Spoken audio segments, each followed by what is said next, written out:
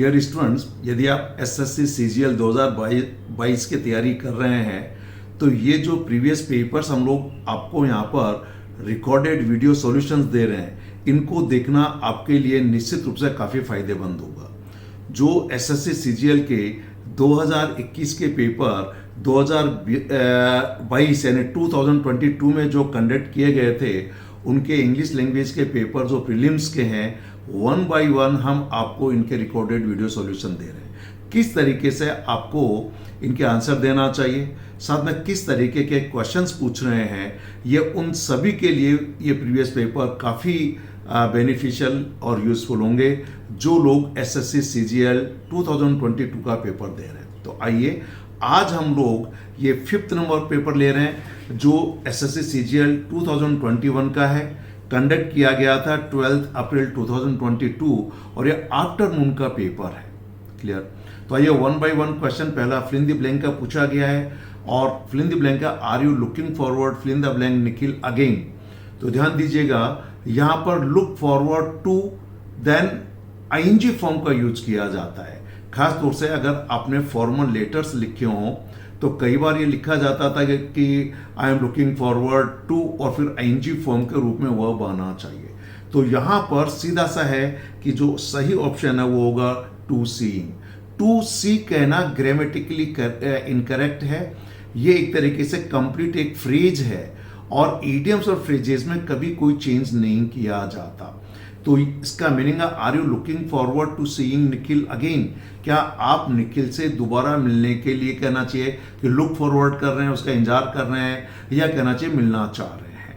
तो ध्यान दीजिएगा, ये एक फिक्स्ड रूल है कि look forward to doing something structure. ठीक, आइए सेकंड क्वेश्चन आपका जो दिया गया ये 1 वर्ड सब्स्टिट्यूट से रिलेटेड है। और 1 वर्ड सब्स्टिट्यूट का मतलब है कि 4 5 6 एक बड़ा सा सेंटेंस या कुछ ग्रुप ऑफ वर्ड दिया जाता है, उनके लिए एक सिंगल वर्ड में चूज करना होता है। यह है a fictional being from another world, कि दूसरी दुनिया से कोई काल्पनिक व्यक्ति की कल्पना करना। तो उसको क्या कहते हैं? तो आप सब लोगों ने एक पिक्चर देखी होगी जिसके अंदर एक एलियन आया था। पिक्चर का नाम तो मुझे नहीं मालूम, लेकिन ऋतिक रोशन की ये पिक्चर थी और उस एलियन के बारे में ये दिया हुआ था। तो दूसरे वर्ल्ड से, दूसरी दुनिया से एक फिक्शनल बीइंग यानी कोई काल्पनिक व्यक्ति, तो एलियन इसका सही आंसर है। देखिए, स्ट्रेंजर का मतलब होता है कि आप जिसे जानते नहीं हो, जो अजनबी है। ठीक है, ऐसे नेटिव का मतलब होता है कि वो वहां का स्थायी वासिंदा है। फॉरेनर का मतलब वो दूसरे देश का है। लेकिन एलियन का मतलब जो दूसरे प्लेनेट से आया है, जो दूसरी दुनिया से आया है। तो यह इसका आंसर है एलियन। आइए थर्ड नंबर जो क्वेश्चन है, अगेन ये 1 वर्ड सब्स्टिट्यूट से रिलेटेड ही है। देखिए यहाँ पे दिया हुआ है और यह showing great attention to detail and correct behaviour. ध्यान दीजिए कि हर कहना चाहिए व्यवहार के या किसी भी चीज की छोटी छोटी बात पर जो ध्यान देने वाला व्यक्ति होता है उसे क्या कहते हैं एक शब्द के रूप में। तो अब ऑप्शन देखिए, पंक्चुअल का मतलब तो जो समय का पाबंद होता है। जेलस का मतलब होता है जो इंथुजियास्टिक है, उत्साही है, जोशीला है, तो वो भी नहीं हो सकता। पंक्टिलियस यहाँ पर इसका मतलब होता है जो हर छोटी छोटी चीज पर ध्यान देता है, चाहे वो व्यवहार की बात हो, कामकाज की बात हो, चाहे कोई भी चीजें हो। इसे कई बार कुछ लोग निगेटिव भी मानते हैं, मीन मेक ही कहते हैं कि यार क्या हर छोटी छोटी बात पर ध्यान देता रहता, मीन मेक ही है, यानी वो बहुत मेटिक्यूलस है। तो यह पंक्टिलियस इसका सही आंसर है, क्योंकि डिसिप्लिन का मतलब तो अनुशासित होता है। तो यहाँ पर पंक्चुअल, जेलस और डिसिप्लिन के अलग मीनिंग है और यहाँ पर जो हर छोटी छोटी चीज पर बहुत बारीकी से ध्यान देता है, चाहे वो व्यवहार की बात हो, चाहे ड्रेसिंग की बात हो, चाहे कामकाज की बात हो, उसे पंक्टिलियस कहा जाता है। अगला सेंटेंस एक्टिव पैसिव से रिलेटेड है और यहाँ पे दिया गया है कि he open the door for his mother. इसे पैसिव वॉइस में कन्वर्ट करना है। तो देखिए, मैंने आपको कहा था जब भी आपको इस तरीके के सेंटेंस मिले तो सबसे पहले टेंस को देखिए। टेंस कौन सा है? सेकंड फॉर्म में, इट मींस ये पास्ट इंडेफिनिट में है।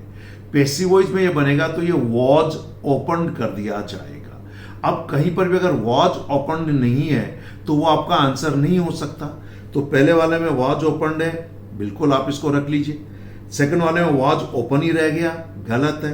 तीसरे वाले में टेंस ही चेंज कर दिया, पैसिव वॉइस ही दे दिया, हैज बीन ओपन, गलत है। ये प्रेजेंट इंडेफिनिट का पैसिव दे दिया, इज ओपन तो गलत है, ये सिर्फ ए होगा। देखते ही आपका आंसर आना चाहिए। अब आपको सब्जेक्ट ऑब्जेक्ट को देखने की जरूरत नहीं है। यहाँ पर सबसे पहले टेंस पे ध्यान दीजिए।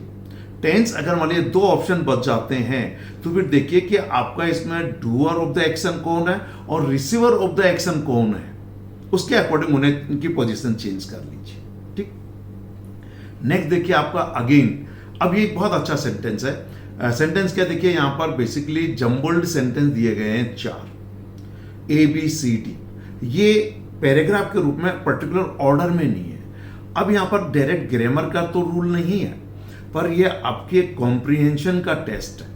आप पूरे इन चारों सेंटेंसेस को मीनिंग को समझें, साथ में अपना लॉजिक लगाइए और लॉजिकली सोचते हुए इन्हें एक पैराग्राफ रूप में बनाइए कि इनमें से पहला सेंटेंस कौन सा होगा, दूसरा कौन सा होगा, तीसरा कौन सा होगा, चौथा कौन सा होगा। इसके लिए मैंने कुछ बार बार कुछ रूल बताए, फिर मैं इसको रिपीट कर देता हूं।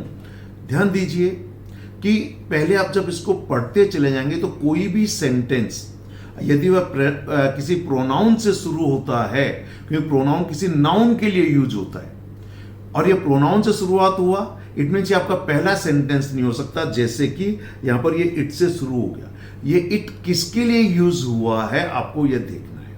दूसरा, कोई भी सेंटेंस यदि किसी कंजंक्शन से शुरू हो गया तो यह मान के चलिए वो भी पहला सेंटेंस नहीं हो सकता। दूसरा, दो सेंटेंसेस में कॉमन वर्ड किसमें है, जैसे मान लीजिए यहां पर दिया गया फिक्स डिपॉजिट और यहां पे भी दिया गया फिक्स डिपॉजिट, तो चांसेस ये बनते हैं कि ये दोनों सेंटेंस एक दूसरे के आसपास के होना चाहिए। क्लियर हो गया? अब आप जल्दी से इन चारों सेंटेंस को पढ़िए, आपको एक first hand knowledge you will have कि किसके बारे में ये चीजें कही गई है। पहला सेंटेंस है the interest rates offer depends on the bank deposit amount and tenure you choose. कि अब देखिए ये पहला तो सेंटेंस नहीं हो सकता कि बैंक में जब पैसा जमा होता है तो इंटरेस्ट रेट किस पर निर्भर करती है, बैंक पर, जो डिपॉजिट अमाउंट है उस पर, और आपने जो जमा करने का टेन्योर दिया गया उस पर। It not only helps you to save money, कि ये पैसा बचाने में हेल्प नहीं करता है, but also helps you earn a substantial interest on it, बल्कि ये कुछ आपको एक सब्सटेंशियल महत्वपूर्ण ब्याज भी उसके ऊपर कमा कर देता है। किस पर? फिक्स डिपॉजिट पर। तो यह भी पहला नहीं हो सकता। See one of the best ways to secure your money is by investing in fix deposits. तो एक इंट्रोडक्टरी जैसा लगता है कि one of the best ways, कि यदि आप अपने पैसे पर ब्याज कमाना चाहते हैं तो सबसे अच्छा तरीका है कि आप अपने पैसे को फिक्स डिपॉजिट में इन्वेस्ट करें। डी है under the fix deposit scheme, it means ये सी पहला सेंटेंस होने के चांस है। उसके बाद ये डी है कि पहला तो इंट्रोडक्टरी हो गया कि यदि आप अपने धन पर, अपने पैसे पर ब्याज कमाना चाहते हैं तो आप उसको बैंक के अंदर इन्वेस्ट करिए, सबसे अच्छा तरीका ये है। दूसरा देखिए कि under the fix deposit scheme, कि जो फिक्स डिपॉजिट उसके अंदर क्या होता है, the depositor deposits money only once at the time of opening the account, कि खाता खोलते वक्त ही एक बार आपको अपना पैसा डिपॉजिट करना पड़ता है। तो सी के बाद डी हो गया। तो पहले आप देखिए सी और डी ऑप्शन में कौन सा नहीं है, जिसमें सी पहला नहीं है, डी दूसरा नहीं है, वो आपका आंसर नहीं हो सकता। तो आपका आंसर कौन सा है ये सोचने बजाय सोचिए, आप एलिमिनेट कीजिए कि आपका कौन सा आंसर नहीं होगा। इसे हम लोग एलिमिनेशन मेथड कहते हैं। तो सी और डी किस में? पहले में तो है, इसमें नहीं है तो यह आंसर नहीं हो सकता। सी में भी नहीं है, यह भी आंसर नहीं हो सकता। डी में सी तो दे दिया लेकिन बाद में ए दे दिया। क्लियर? तो यह भी आपका आंसर नहीं हो सकता। अब इसका मतलब सी डी बी ए एक बार एक ऑर्डर में पढ़ लीजिए और फिर आप देख लीजिए लॉजिकली सोचते हुए कि यह सही है या गलत है। तो बहुत आसान सा तरीका है इसको सॉल्व करने का। ठीक, आइए अगला क्वेश्चन जो आपका दिया हुआ ये एक ईडियम है और यह है ऑन द वेन। ध्यान दीजिएगा, मैंने जो वीडियो कोर्स बनाया है ईडियम्स एंड फ्रेजेस का, वो एक बहुत ही सिस्टमेटिक कोर्स है। मैंने सभी ईडियम्स को अलग अलग कैटेगरी में डिवाइड किया है। जैसे कि वे ईडियम्स जो किसी एक्शन वर्ब से शुरू होते हैं, जैसे एड फ्यूल टू फायर तो एक वर्ब से शुरू हुआ, ठीक है। टू बर्न द ब्रिजेस तो वर्ब से शुरू हुआ। सेकंड मैंने उसके अंदर दिया गया है एनिमल्स वाले।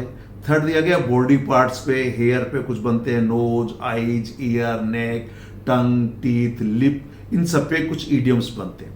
साथ में मैंने दिया है जो प्रेपोजिशन से शुरू होते हैं, जैसे कि ऑन द वेन प्रेपोजिशन से शुरू हुआ है। फिर मैंने उसमें कैटेगरी बनाई है टू बी प्लस नाउन या adjective, to be plus preposition plus noun and adjective. Then जो नाउन के रूप में यूज होते हैं, जो एडजेक्टिव के रूप में यूज होते हैं। इसके लिए हमारा जो रिकॉर्डेड वीडियो कोर्स है इडियम्स एंड फ्रेजेस का, उसमें लगभग 2000 इडियम्स फ्रेजेस मैंने इंपॉर्टेंट उसके अंदर लिए हैं। ये आपके लिए काफी होंगे, वो भी दो कैटेगरी में डिवाइड किए, most important and then second वाले। अब ऑन द वेन देखिए, वेन अपने आप में अगर ये शब्द देखें ये, तो ये वर्ब भी है और नाउन भी है। वर्ब का रूप का मतलब कि ग्रेजुअली, धीरे धीरे कोई चीज कम होती चली जाती है, कमजोर होती चली जाती है, वीक होती चली जाती है, लेस स्ट्रांग हो जाती है वो। और वेन का मतलब ये होता है किसी चीज की कमी। तो यह सीधा सा मतलब है, ऑन द वेन का मतलब वह हमेशा डिक्रीजिंग अवस्था में है, कम होती चली जा रही है, कमजोर होती चली जा रही है, कम होती चली जा रही है। तो इसका मतलब जो भी चीज डिक्लाइन होती जा रही है वो इसका मीनिंग है। और वो एक ही है सी, ऑन द डिक्लाइन। धीरे धीरे किसी भी चीज की चाहे वो अमाउंट हो सकता है, इंटेंसिटी हो सकती है, वो कम होती चली जाती है, तो ऑन द वेन होता है। तो यहां पर आंसर क्या हो गया? सी। देखिए ऑन द वे तो रास्ते पर, ऑन द टॉप तो टॉप, ऑन द राइज बढ़ाई, बढ़ना, क्योंकि बढ़ते चला राइज, इसलिए सी यहां पर सही आंसर है। अगला देखिए आपका एंटोनिम और सिनोनिम के आधार पर है, और एंटोनिम बताना है इस प्रे का। प्रे का मतलब होता है जो शिकारी होता है ना, जैसे मान लीजिए कोई एक शिकारी जंगल में शिकार करने के लिए गया, जिस एनिमल को वो मारता है, ठीक है, चाहे वो खरगोश हो सकता है, तीतर हो सकता है, हिरन हो सकता है, इवन लायन और टाइगर जो भी हो सकता है, जो शिकार बन जाता है, तो जो शिकार बनने वाला जो प्राणी वो प्रे कहलाता है। और जो इन शिकार को अपना शिकार बनाता है वो कहलाता प्रीडेटर। अब यहां पे देखिए बाकी का नहीं, देखिए सफरर जो पीड़ित है, लूट, लूटना, खसोड़ना, रोप करना, गेम यानी खेल। तो यहां पर इस प्रे का ये जो बाकी जो तीन शब्द है ना, सफरर, गेम, लूट, कहीं भी इसका एंटोनिम इससे दूर दूर तक संबंध नहीं है। प्रीडेटर का मतलब है वे जानवर जो अपना भोजन के लिए किसी अन्य प्राणी का शिकार करके उसे खा जाते हैं, वो प्रीडेटर होते हैं। और प्रे का मतलब होता है जो इन प्रीडेटर का शिकार बन जाता है। तो एक दूसरे के क्या हो गए, ये एंटोनिम शब्द हो गए। ठीक, तो बहुत अच्छे शब्द, दोनों एडवांस्ड लेवल वर्ड है, आपको जानकारी होना चाहिए। इसके लिए भी हमारी जो बुक है हाई लेवल वोकैबुलरी, जिसमें मैंने 15 साल के अलग अलग एग्जामिनेशंस के पेपर्स को स्टडी करके 2000 इंपॉर्टेंट वर्ड्स हिंदी इंग्लिश में मीनिंग सहित एंड 2-3 सेंटेंसेस सही दिए गए हैं। ये आपके इंपॉर्टेंट एंटोनिम, सिनोनिम और इवन बहुत से वन वर्ड सब्स्टिट्यूट्स को भी कवर करती है। हाई लेवल वोकैब जो हमारी युवाम की बुक्स है, और ग्रामर के लिए हमारी युवाम की ग्रामर बुक पढ़िए। और ये वीडियो लेक्चर्स के साथ अवेलेबल है सारी चीजें, इसलिए आपको किसी कोचिंग में जाने की जरूरत नहीं है। हमारे कंप्लीट बुक्स रिकॉर्डेड वीडियोज के साथ अवेलेबल है। आप चाहे तो अकेली बुक्स खरीद लीजिए, चाहे तो रिकॉर्डेड वीडियो कोर्स खरीद लीजिए। ठीक, आइए next question. Again incorrectly spelled, जिसकी स्पेलिंग गलत। अब देखिए दो तरीके से, एक तो होता करेक्टली स्पेल्ड वर्ड, यहां पूछा गया इनकरेक्टली स्पेल्ड वर्ड। पहला ही शब्द देखिए, मेरा तो ये देखा हुआ नहीं है आज तक, वाइटन। इनलाइटन का तो बिल्कुल सही है, किसी व्यक्ति का ज्ञान बढ़ाना, इनलाइटन करना। हेसन यानी किसी हेस्ट से शब्द बना है, जल्दी करना। ब्राइट से बन जाता है ब्राइटन। तो ये सभी चीजों में ईएन जोड़कर बनाया गया है वर्ब के रूप में। ये एक तरीके से सफिक्स जोड़ा गया है। यहां पर ये बेसिकली वाइट रूट वर्ड है इसका, वाइट। तो वाइट से ये बनेगा तो ये वाइटन ही होगा, तो ये स्पेलिंग गलत हो गई ना। ठीक है, बाकी सब सही है। ओके, देन अगेन देखिए एक ईडियम दिया गया है। ईडियम है ए लॉन्ग शॉर्ट। ये एडजेक्टिव प्लस नाउन को बनाकर दिया गया है। मैंने जो हमारा जो रिकॉर्डेड वीडियो कोर्स है उसमें कंप्लीट अलग से चैप्टर है एडजेक्टिव प्लस नाउन से बनने वाले ईडियम। ठीक है, उनको आप देख सकते हैं। तो जैसे आपको सारे इस तरह के मिल जाएंगे। अब यहाँ पर एडजेक्टिव तो लॉन्ग हो गया, ये शॉर्ट हो गया, ये नाउन है। ठीक, ए लॉन्ग शॉर्ट का मतलब है कि कोई काम करने योग्य है लेकिन उसके रिजल्ट सर्टेन नहीं है, वो सक्सेसफुल होने के चांसेस कम है, पर फिर भी उसको करना ठीक रहेगा, कुछ अनुभव होगा, कुछ नई चीज सीखेंगे। तो समथिंग इज वर्थ डूइंग, दो रिजल्ट उसके पॉजिटिव नहीं होंगे, वो सक्सेस होगा या नहीं होगा इसकी गारंटी नहीं है। क्लियर? इट मीन्स जो काम आप कर रहे हैं वो करने लायक तो है, पर उसकी सफलता के चांसेस कम है। तो यहां पर इसका जो मीनिंग है, लिटिल चांस ऑफ सक्सेस, लेकिन फिर भी वो काम करना चाहिए, वो करने योग्य है। इससे आपको कुछ सीखने को मिलेगा, कुछ अनुभव होगा। बाकी सारे आंसर में देखिए, इसलिए मैं इनको नहीं कर रहा हूं कि जो कहना चाहिए ईडियम में जिन वर्ड्स का यूज किया जाता है उन ईडियम के शाब्दिक अर्थ से कोई लेना देना नहीं है ईडियम का। इसलिए ईडियम्स तो आपको सीखने ही पड़ेंगे, रटने ही पड़ेंगे। कोई अच्छी बुक लेवें, और साथ में अगर आपको, मैं तो लाइव क्लासेस की बजाय मैं रिकॉर्डेड वीडियो लेसन्स को ज़्यादा प्रीफर या कहना चाहिए रिकमेंड करता हूं, क्योंकि आप एक ही वीडियो को 2, 3, 4, 5 बार देख सकते हैं, ताकि आप उनको बार बार देखेंगे तो आपके कहीं सबकॉन्शियस माइंड में वो बहुत गहराई से बैठ जाएंगे। क्लियर? इसलिए आपको रिकॉर्डेड वीडियो कोर्स पे जाना चाहिए। ठीक, आइए अगला आपके सामने फिर ये आप ग्रामर का पार्ट है। ग्रामेटिकल एरर, सेंटेंस 4 पार्ट में डिवाइड कर दिया। This is too grave sin to be pardoned. अब ध्यान दीजिएगा, बेसिकली एक होता है to plus adjective, then to form of the verb. ये हमेशा एडजेक्टिव की निगेटिव, यानी ये जो टू है ये यहां पर निगेटिव मीनिंग देता है। क्लियर है? निगेटिव मीनिंग देता है। लेकिन यहां पर क्या किया इन्होंने, टू के साथ एडजेक्टिव के साथ या नाउन भी दे दिया, जबकि टू के साथ स्ट्रक्चर क्या होता है, to plus adjective plus two form of the verb. तो ये तो दे दिया उन्होंने, ठीक है, पैसिव वॉइस में दिया, पर दिया है, पर यहां पर ये नाउन लगा दिया गया। लेकिन ये नाउन लगाना यहां पर, चूंकि ये किसी पाप, सिन का मतलब होता है कोई पाप, खासतौर से नैतिकता के आधार पर जो पाप किया जाता है उसे हम लोग कहते हैं सिन। क्लियर? तो इसको अपन हटा भी नहीं सकते। तो यहां पर मैं तो ये मानूंगा TW2 का ही गलती हो, यानी इस पार्ट में गलती है, तो आंसर तो आपका बी हो जाएगा। और यहां पर अगर अपन इसको ग्रेव की विशेषता बताने के लिए टू की बजाय दूसरा अगर एडवर्ब लगाएंगे तो प्रॉपर इसका आंसर आ जाएगा, वेरी भी लगा सकते हैं। क्लियर? आइए नेक्स्ट। अब देखिए अगेन यहां पर आपको ये जो सेंटेंसेस दिए गए हैं, कहना चाहिए कि select the correct active voice. Active से पैसिव, पैसिव से वो दिया हुआ। अब ये जो सेंटेंस दिया गया ये पैसिव वॉइस में दिया हुआ है। The points of great English poets are being translated into other languages. ये बेसिकली आर बीइंग ट्रांसलेटेड, ये प्रेजेंट कंटिन्यूअस का पैसिव वॉइस है। अगर इसको प्रेजेंट कंटिन्यूअस को एक्टिव वॉइस में चेंज करेंगे तो इजारम तो एज यूजुअल रहेगा सब्जेक्ट के अकॉर्डिंग, और ये जो मेन वर्ब है इसको आईएनजी फॉर्म में चेंज करेंगे, तो ये इज आर ट्रांसलेटिंग होगा जो टेंस के हिसाब से। अब जहां कहीं भी आपको आचार, चूंकि यहां पर ये जो दिया हुआ अदर लैंग्वेजेज, क्लियर, अब यहां पर ट्रांसलेट करने वाला व्यक्ति है नहीं, तो उसको कहेंगे कि जो भी ट्रांसलेट करेंगे, तो यहां पर हम उसको प्लूरल देखो सब्जेक्ट बनाएंगे, आर ट्रांसलेटिंग सेंटेंस में होना जरूरी है।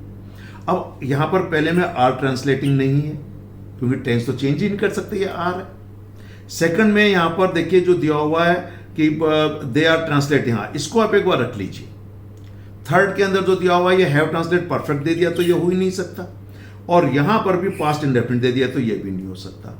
आपका जो सब्जेक्ट होगा, आंसर जो होगा बी होगा।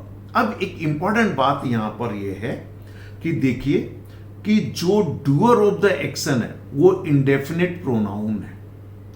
किसके द्वारा ट्रांसलेट की जा रही है इन ग्रेट इंग्लिश पोइट्स की पोइम्स को अदर लैंग्वेजेस में, वो सब्जेक्ट नहीं दिया हुआ है, डूअर ऑफ द एक्शन नहीं दिया गया है। तो डूअर ऑफ द एक्शन अगर नहीं दिया जाता है तो हम यहां पर थर्ड पर्सन प्लूरल को सब्जेक्ट बना दिया। कुछ जगह पर हम लोग वी को भी सब्जेक्ट बनाते हैं, क्योंकि देखिए इस वक्त कहीं पर भी डूअर ऑफ द एक्शन नहीं है। ये तो है जिन्हें ट्रांसलेट किया जा रहा है, ये तो रिसीवर ऑफ द एक्शन है, ये रिसीवर, इनका प्रभाव, एक्शन का प्रभाव इन पे आ रहा है। क्लियर? तो यहां पर बाई करके नहीं दिया गया है, इसलिए यहां पर दे को सब्जेक्ट बनाया गया है, पर टेंस को देखकर आप इसका आंसर निकाल सकते हैं। ठीक है, चलिए नेक्स्ट क्वेश्चन इसके अंदर जो दिया गया, अगेन ध्यान दीजिए, ये ग्रामर से रिलेटेड है और यहां पर ये दिया गया है इसमें कि following sentence has been divided into 4 parts. किसी न किसी में ग्रामर की गलती है, जैसे antique diamond necklace was stolen from museum. ठीक, कि एक एंटिक डायमंड का नेकलेस म्यूजियम से चुरा लिया गया, किसने चुराया पता नहीं है, ये पैसिव वॉइस है, वॉज स्टोलन। तो मैंने कहा एक एंटिक डायमंड नेकलेस चुरा लिया गया, ये कोई निश्चित नहीं था, तो यहां पर एंटिक डायमंड नेकलेस के पहले चूंकि काउंटेबल नाउन है, यहां पर ए या एन लगेगा, यहां इसके प्रोनाउंसिएशन में हम एन लगाएंगे, तो यहां पर इस सी पार्ट में गलती है, हमें यहां पर आर्टिकल का यूज करेंगे, क्योंकि नेकलेस पहली बार यूज हो रहा है, वहां हो सकता है 10, 20, 25 और भी हो, तो ये इंडेफिनिट आर्टिकल है, ये एक नेकलेस जो है, और इसके पहले इंडेफिनिट आर्टिकल ए या एन का यूज होगा। यहां पर चूंकि एंटिक डायमंड नेकलेस है, तो इसके प्रोनाउंसिएशन के हिसाब से हम लोग एन का यूज करेंगे। ओके, चलिए नेक्स्ट क्वेश्चन यहां पर एक दिया हुआ है, सिनोनिम ढूंढना है आपको फ्लूक। अब एक ऐसा शब्द है, हो सकता है बहुत से लोगों को नहीं मालूम। देखिए, मैंने भी पहली बार किसी से सुना था कि यार ये बाई चांस ये काम हो गया, बाई चांस हम लोग मार्केट में मिल गए, तो इस बाई चांस का एक सिनोनिम होता है बाई फ्लूक। मैंने ये बातचीत में सुना था, बाई फ्लूक, इट मीन्स ये एक दूसरे के सिनोनिम, बाई चांस का सब्स्टिट्यूट है बाई फ्लूक। अब यहां पर इसका मतलब है कि फ्लूक का मतलब क्या होता है, चांस होता है। पॉलिसी आप जानते हो, मीनिंग सबको मालूम है, प्लान का मतलब भी आप जानते हो, और कॉन्ट्रैक्ट का मतलब भी जानते हो। तो अब फ्लूक जो बाई चांस बाई फ्लूक कहा गया, तो ये इसका जो सिनोनिम होगा वो होगा चांस। क्लियर है? अब आ जाइए, एक बोल्ड पार्ट दिया गया है, इस बोल्ड पार्ट में ग्रामेटिकल एरर हो सकती है, अगर है तो कौन क्या गलती है वो आपको सही क्या होगा उसका, और नहीं है तो नो सब्स्टिट्यूट रिक्वायर्ड या ऑप्शन दिया जाता है। सेंटेंस है the investigation revealed that both of they सुना सुनाया अगर रेगुलर। देखिए, मैं एक बात कहना चाहूंगा, I have seen there are so many students they never studied grammar but they have studied in English medium schools, or generally they study a lot of books in English language. So by reading some books regularly, they get the correct structure of the words or the sentences in their mind. So अगर आप regular पढ़े तो कभी भी both of they नहीं होता, both of them होता है। ठीक, तो यहां पर सीधा सा ये ऑब्जेक्टिव फॉर्म होगा। देखिए, वैसे भी रूल ये है, जो भी प्रेपोजिशंस है उन प्रेपोजिशंस के बाद प्रोनाउन की ऑब्जेक्टिव फॉर्म का प्रयोग होता है। यह OFO यहां पर एक प्रेपोजिशन है, और इसके बाद जो प्रोनाउन दिया गया है वो ऑब्जेक्टिव फॉर्म में आना चाहिए। कहते हैं this secret is between you and me, this secret is between you and I नहीं हो सकता। क्लियर है? तो यहां पर बोथ ऑफ दे नहीं होगा, बोथ ऑफ देम। अब कहां पर है ये वाला, देखिए बोथ ऑफ देम, तो क्या ऑप्शन सही है? डी आंसर हो। आ जाइए नेक्स्ट क्वेश्चन, अगेन ये डायरेक्ट इनडायरेक्ट का है। डायरेक्ट में दिया गया है, ये रिपोर्टिंग वर्ब है, ये रिपोर्टेड स्पीच है। क्योंकि रिपोर्टिंग वर्ब पास्ट में है, तो रिपोर्टेड स्पीच को पास्ट में किया जाएगा, तो ये जो इट इज है इसे इट वॉज किया जाएगा। अब सबसे पहले तो ये देखिए कि दोनों को सेंटेंस को जोड़ने के लिए इसे हटाकर, इन्वर्टेड कोमा को हटाकर दैट लगाएंगे और इट वॉज हो जाएगा। अब कहां पर है ध्यान दीजिए, यहां पर दोनों ही न दैट है और न इट वॉज है, यहां पर है इसको रख लीजिए, यहां पर दैट तो है पर ये इट इज है, क्योंकि ऐसा रूल है, यदि रिपोर्टिंग वर्ब पास्ट में है तो रिपोर्टेड स्पीच को पास्ट में चेंज कर देते हैं। पर इस रूल का एक्सेप्शन है कि भले ही रिपोर्टिंग वर्ब पास्ट में है, लेकिन यदि रिपोर्टेड स्पीच में कोई यूनिवर्सल ट्रुथ या प्रोवर्ब यानी सेइंग कहावत है तो फिर वो प्रेजेंट में ही रहता है। ये तो जो दिया ये यूनिवर्सल ट्रुथ नहीं है, न कोई प्रोवर्ब है, तो इसे पास्ट में कर देंगे तो सही के चांस ये वाले हैं। फिर ये यहाँ पे थर्ड में भी नहीं होगा क्योंकि 80s दे दिया। तो देखिए आपको बहुत ज़्यादा डिटेल में जाने की जरूरत नहीं है, कुछ बेसिक चीज़ें देख लीजिए और आपका आंसर आ जाएगा। और जो आंसर नहीं हो सकता उसको एलिमिनेट करते चले जाइए। देखिए अब इसका आंसर जो होगा वो ये वॉज हो गया, नहीं सॉरी बी होगा, ये तो 80s दिया हुआ तो नहीं होगा। क्लियर? कौन सा सही होगा?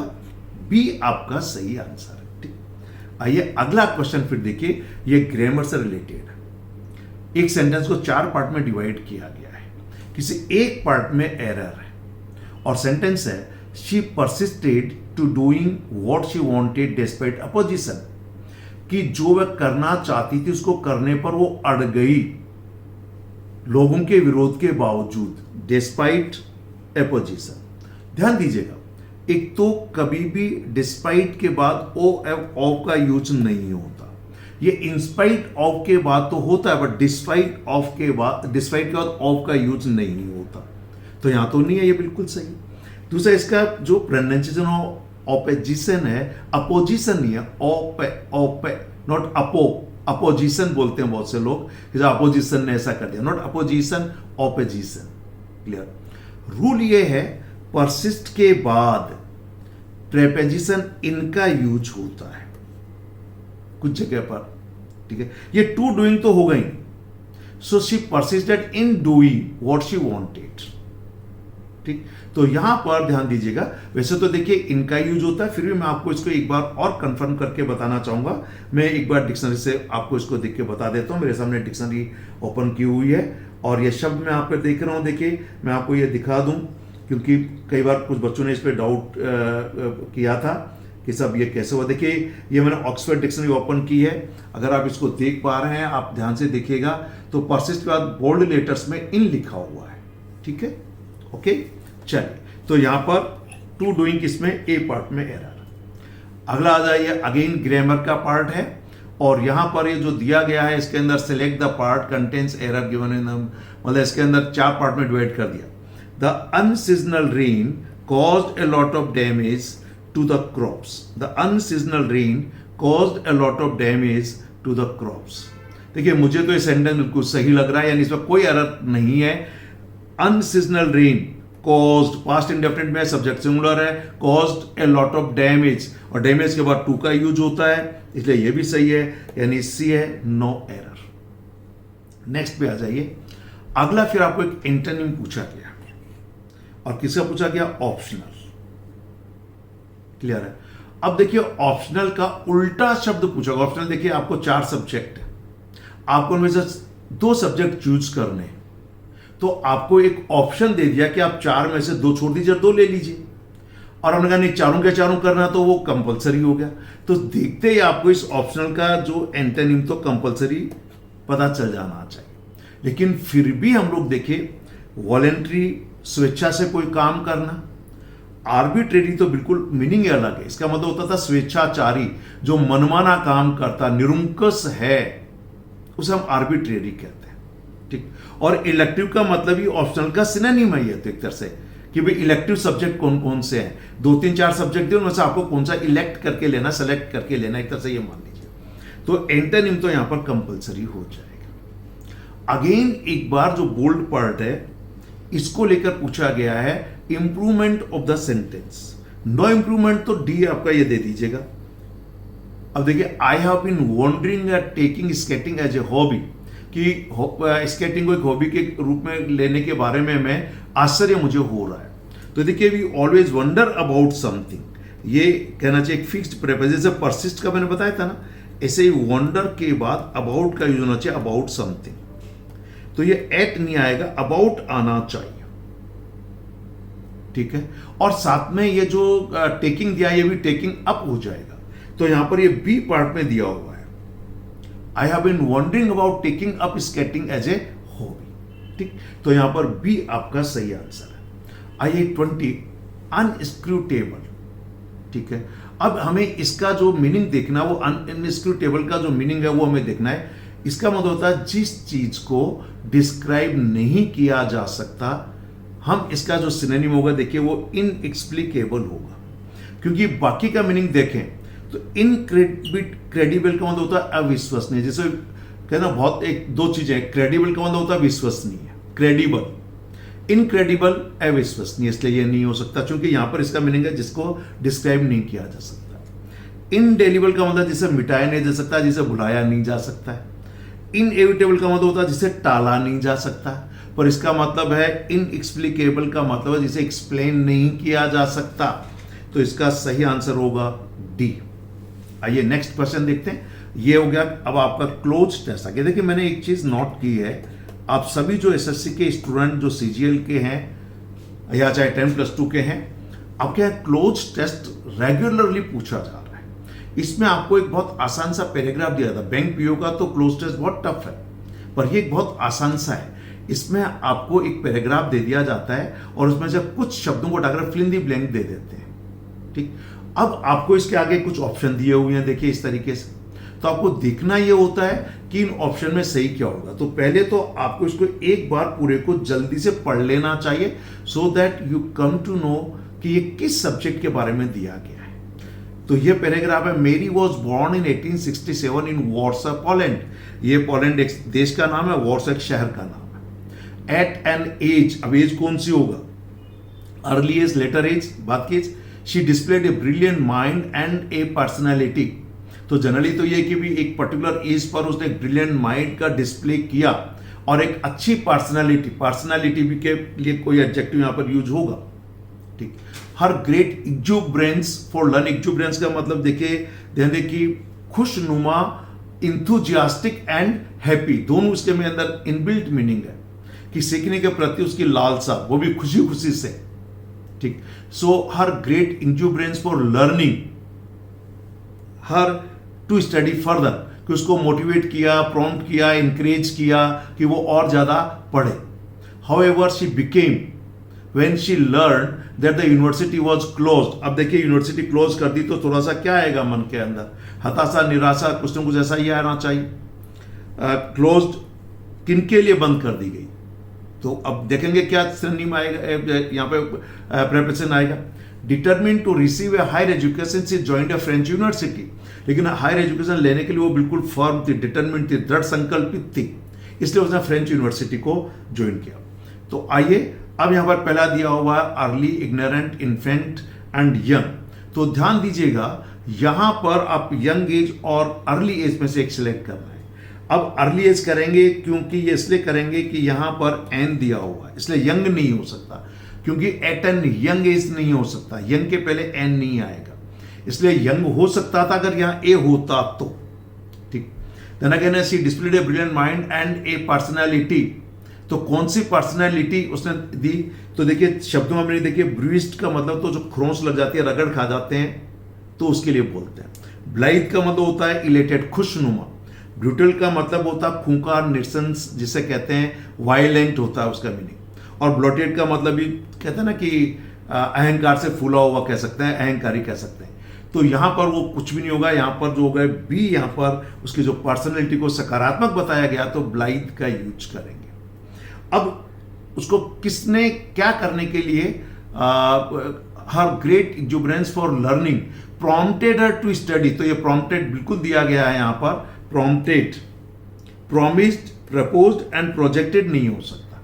प्रॉम्प्ट का मतलब होता है किसी को कोई काम करने के लिए उत्साहित करना, आगे ढकेलना, प्रोत्साहित करना, प्रेरणा देना, प्रॉम्प्ट करना। ठीक, तो यहां पर एक तरीके से प्रॉम्प्ट करना आ गया। अब आगे देखिए यहां पर एक दिया हुआ है हाउएवर शी बिकेम।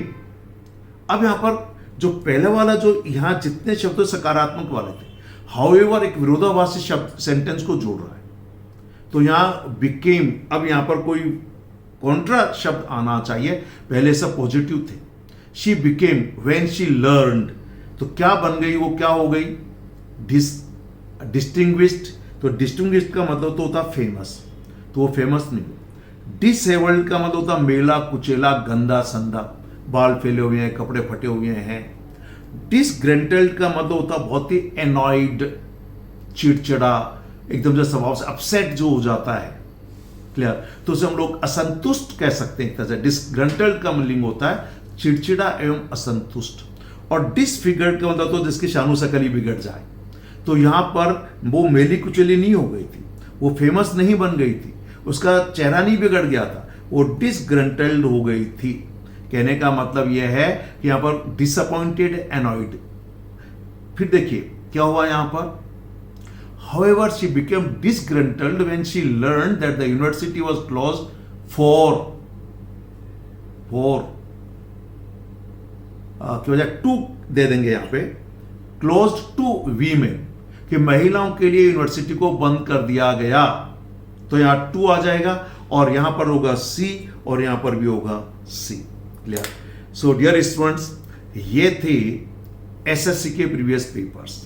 यदि आप इस 2022 में एसएससी सीजीएल एग्जाम देने जा रहे हैं, तो जो 2021 के जो पेपर 2022 में कंडक्ट किए गए थे, मैं आपको उन सभी पेपर्स के वीडियो सॉल्यूशन यहाँ प्रोवाइड कर रहा हूं। कैसे आप पेपर को सॉल्व कर सकते हैं, क्या इनका लेवल है, कौन से सेक्शन के कितने क्वेश्चंस पूछे जा रहे हैं, ये सारे के सारे आपको यहां पर देखने को मिल रहे हैं। तो आप हमारे YouTube चैनल को सब्सक्राइब कर दीजिए। मैं आपको अपने YouTube चैनल पर जो भी important synonym, antonym, idioms, phrases, one word substitute और ग्रामर के इंपॉर्टेंट रूल्स है, वो सारी चीजें और प्रीवियस पेपर्स केवल एसएससी के नहीं, even bank PO, bank clerk, CDS, NDA 10+2 and मतलब एसएससी 10+2, एसएससी सीजीएल, सीपीओ, सभी के पेपर टाइम टू टाइम हम लोग प्रोवाइड करते हैं। तो आप हमारे YouTube चैनल को सब्सक्राइब कर दीजिए और ज़्यादा से ज़्यादा लोगों में शेयर कीजिए ताकि आपके सभी साथियों को भी इसका फायदा मिल सके। Thank you very much, have a nice day.